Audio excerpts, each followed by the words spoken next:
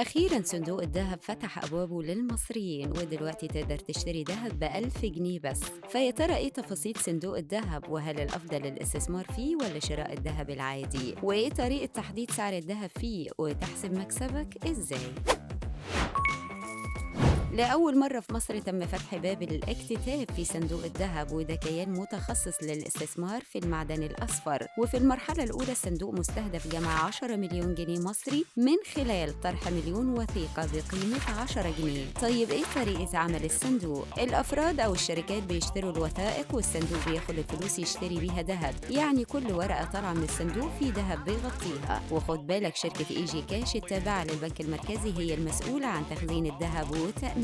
وهنا بقى في سؤال مهم، ايه طريقة تحديد سعر الذهب في الصندوق؟ في البداية سعر الذهب في الصندوق هيكون مربوط بسعر الذهب المعلن في البورصة المصرية، وده هيكون مؤقت لحين الإعلان عن سعر الذهب في البورصة السلعية. طيب ايه طريقة الاستثمار في الصندوق؟ حسب تفاصيل الاكتتاب سعر الوثيقة 10 جنيه، لكن الحد الأدنى للشراء 100 وثيقة، يعني الإجمالي 1000 جنيه. والصندوق أعلن عن شركات وساطة لبيع الوثائق، وهي شركة إزموت مصر اللي بتدير الصندوق، وشركة مباشر، وشركة نعيم، وشركة جلوبال انفست، وشركة ثاندر، وشركة عربية أونلاين، وشركة بريمير، وثري واي، والأهلي فارس أسطول. والمهم إنك هتروح واحدة من الشركات دول وتطلب منهم إنشاء كود خاص بيك في البورصة، وده زي رقم حسابك في البنك. ومن بعدها هتعمل إيداع للفلوس، والشركة اللي تعاقدت معاها تشتري عدد الوثائق اللي انت عاوزها. طيب هل في رسوم للاستثمار في صندوق الذهب؟ مفيش رسوم على عملية الشراء، بس في رسوم لإدارة الصندوق بقيمة 0.5% حد أقصى سنوياً، ومصاريف إدارية وتسويقية 1.5% لمدة 3 سنوات